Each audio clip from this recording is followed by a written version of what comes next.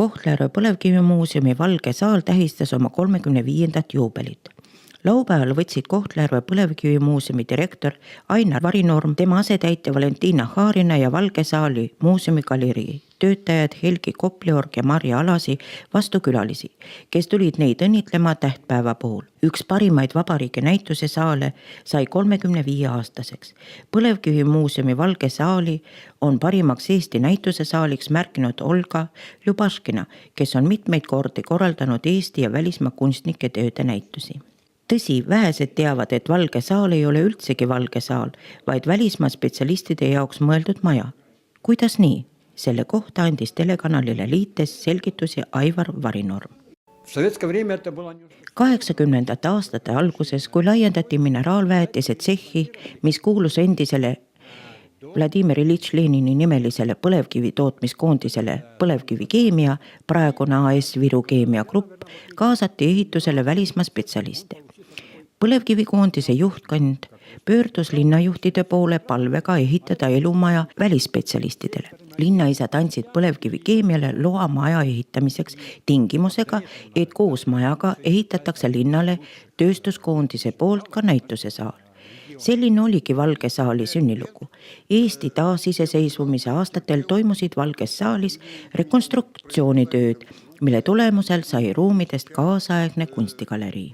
Aivar Varinorm jutustas, et Valge saal on oma tegutsemisaastate jooksul sõlminud koostöölepinguid paljude välismaa muuseumite ja galeriidega. Lähimad koostööpartnerid asuvad Venemaal. Valgesse saali saadavad näitusele oma eksponaate Novgorodi ja Pihkva muuseumid ning Sankt-Peterburi kunstide akadeemia. Suur-Novgorodi muuseum korraldas Valges saalis haruldase ikooni eksponeerimise.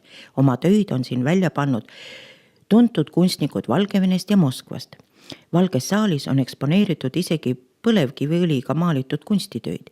Kunstnik Olga Žarkova nägi Iževskis naftaga joonistatud maali. See innustas kunstniku kasutama maalimisel eestimaist naftat, põlevkiviõli.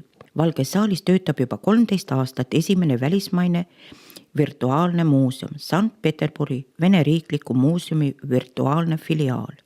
Paljud erinevas vanuses Kohtla-Järve elanikud saavad virtuaalselt näha Vene kunstiaarteid. Erilist rõõmu pakuvad kunstihuvilistele Peterburi lektorite loengud.